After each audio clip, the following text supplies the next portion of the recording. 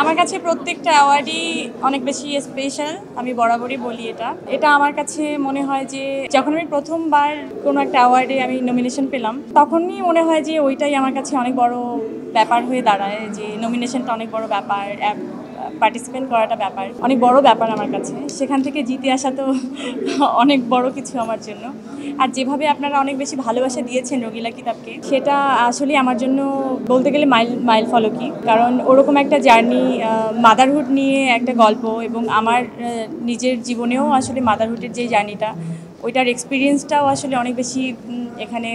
আমার মনে হয় যে আমি যদি নিজের লাইফে আসলে ওই জার্নিটা না পার করতাম, তাহলে হয়তো ওই ক্যারেক্টারটাকে মানে কানেক্ট ওইভাবে আমি করতে পারতাম না। কানেকশানে কোথাও না কোথাও একটা, আমি জানি না আমি 100% ট্রাই করতাম, কিন্তু ওইভাবে আমি পারতাম কি না আমি জানি না।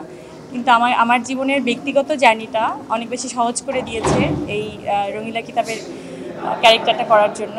আর যেভাবে ক্যারেক্টারটাকে সবাই বেশি ভালোবেসেছেন, যেভাবে সবাই বলেন রঙিলা কিতাব 2 কবে আসবে, আমি আসলেই আপনাদের প্রতি অনেক বেশি কৃতজ্ঞ। বিশেষ করে এই অ্যাওয়ার্ডটাই আমি বিনোদন সাংবাদিকদেরকে দিতে চাই, পুরো ক্রেডিটটা এটা আপনাদের। আমার মনে হয় শুধু আমি এনজয় করিনি, আপনারা সবাই এনজয় করেছেন। কারণ সবাই আমরা নিজেরা ছিলাম, খুব কাছের মানুষজনই ছিল যাদেরকে আমি খুব বেশি ভালোবাসার মানুষজনরা ছিল ওখানে। আর আমার মনে হয় আপনারাও আমাকে খুব ভালোবাসেন।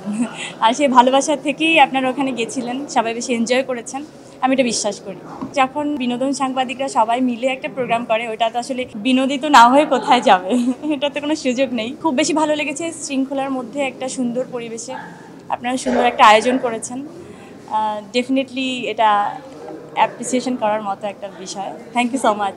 ডোডোর গল্প খুব এখনও তারিখটা আসলে নির্ধারিত হয়নি, খুব তাড়াতাড়ি হয়তো রিলিজ ডেটটা সবার সামনে চলে আসবে।